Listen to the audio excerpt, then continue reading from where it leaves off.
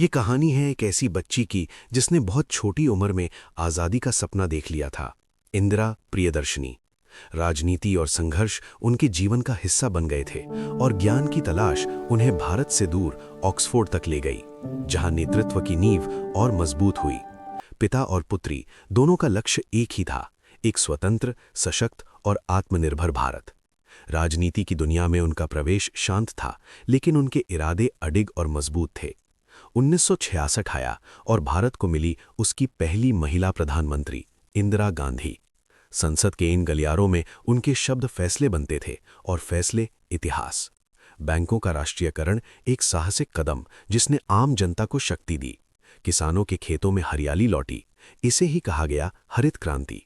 युद्ध का समय था और नेतृत्व की सबसे कठिन परीक्षा। 1971 में इंदिरा गांधी चट्टान की तरह खड़ी रहीं। इस जीत ने जन्म दिया एक नए राष्ट्र को, बांग्लादेश। पोखरण की धरती पर जब भारत का आत्मविश्वास गूंजा, तब दुनिया ने भारत को एक नई शक्ति के रूप में देखा। लेकिन सत्ता के शिखर पर पहुंचने के साथ आए कठिन फैसले, आपातकाल, लोकतंत्र का सबसे विवादास्पद अध्याय। तेज फैसले, गहरे परिणाम, ये दौर इतिहास में हमेशा सवाल बनकर रहेगा।